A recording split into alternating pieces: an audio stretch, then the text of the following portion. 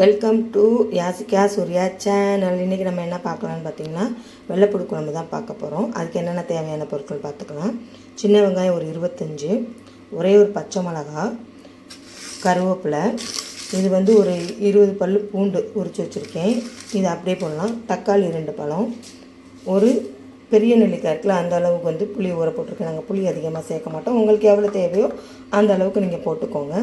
ஒரு வந்து 2.5 ஸ்பூன், சின்ன ஸ்பூனில் வந்து ஒரு 2.5 ஸ்பூன் வந்து வீட்டு மிளகாத்தூள். இது வந்து நானே ஹோம்மேடாக அரைச்ச மிளகா பொடி. இதுதான். கொஞ்சோண்டு உப்பு சேர்த்துக்கணும். வாங்க இப்போ எப்படி பண்ணலான்னு பார்க்கலாம். இப்போ பாருங்கள், சட்டி வச்சு எண்ணெய் நல்லெண்ணெய் தான் ஊற்றிருக்கேன்.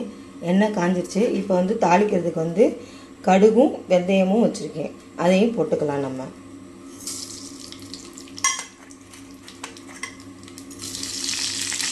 நல்லா வெடிக்கட்டும். நல்லா வெடிக்குது. இப்போ வந்து நம்ம இது வந்து ஒவ்வொன்றா போட்டுக்கலாம். சின்ன வெங்காயம் போடுறேன்.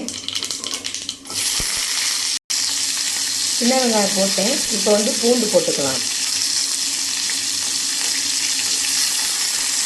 இப்போ வந்து கருவேப்பிலை, கொத்தமல்லி, பச்சை மிளகா போட்டுக்கலாம். இது நல்லா வதங்கட்டும். இதோட தக்காளியும் போட்டு நல்லா வதக்கிக்கலாம். நல்லா வதங்கட்டும்.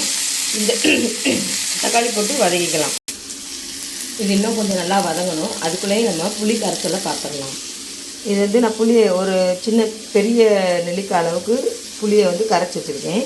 இந்த உப்பையும் அந்த மிளகாத்தூளையும் இந்த புளி கரைச்சலோடு சேர்த்து கரைச்சிக்கலாம். இந்த பூண்டு குழம்புல வந்து இந்த பூண்டும் நல்லா வணங்கணும். வணங்கினா ஒரு மாதிரி பச்சை வாடை வரும். இந்த பூண்டு நல்லா வணங்கின பிறகு நம்ம குழம்பு வச்சா நல்லா வாசமாக இருக்கும். இந்த இனிமேல் வந்து கொஞ்சம் இன்னும் வேகணும் பூண்டு. அதுக்காண்டி வெயிட் பண்ணலாம். இதாகிடுச்சு. பூண்டு நல்லா வெந்துருச்சு. இப்போ கரைச்சி வச்ச இந்த கலவையை இதில் ஊற்றிக்கலாம். இது ஊற்றி கொஞ்சம் நல்லா கொதிக்க விடணும். கொதித்து லைட்டாக குழம்பு வற்றணும். வற்றின பிறகு பார்க்கலாம். இந்த பூண்டு குழம்பு நல்லா கொதிக்குது. கொதித்து வற்றினதுக்கப்புறம் சிம்மில் வச்சு ஒரு 5 நிமிஷம் வச்சு எடுத்துகிட்டு பார்த்திங்கன்னா இந்த எண்ணெயெல்லாம் பிரிஞ்சு வரும். எண்ணெய் பிரிஞ்சு வந்தாலே குழம்பு ரெடின்னு அர்த்தம். மசாலாலாம் வெந்துருச்சுன்னு அர்த்தம். இந்த சேனலை நீங்கள் பார்க்க இன்னும் குழம்பு கொஞ்சம் நல்லா வற்றணும். வற்றினதுக்கப்புறம் அடுப்பை ஆஃப் பண்ணிடலாம். நீங்கள் இந்த சேனலை ரொம்ப சப்ஸ்கிரைப் பண்ணுங்கள், ஷேர் பண்ணுங்கள், கமெண்ட் பண்ணுங்கள். வாழ்க வளமுடன்.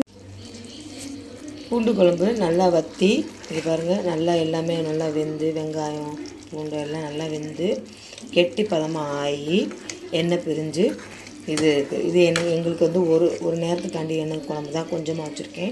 உங்களுக்கு எவ்வளோ தேவையோ அதை வச்சுக்கோங்க. இந்த குழம்ப சாப்பிட்டு பாருங்கள். எப்படி இருக்குன்னு கமெண்டில் சொல்லுங்கள்.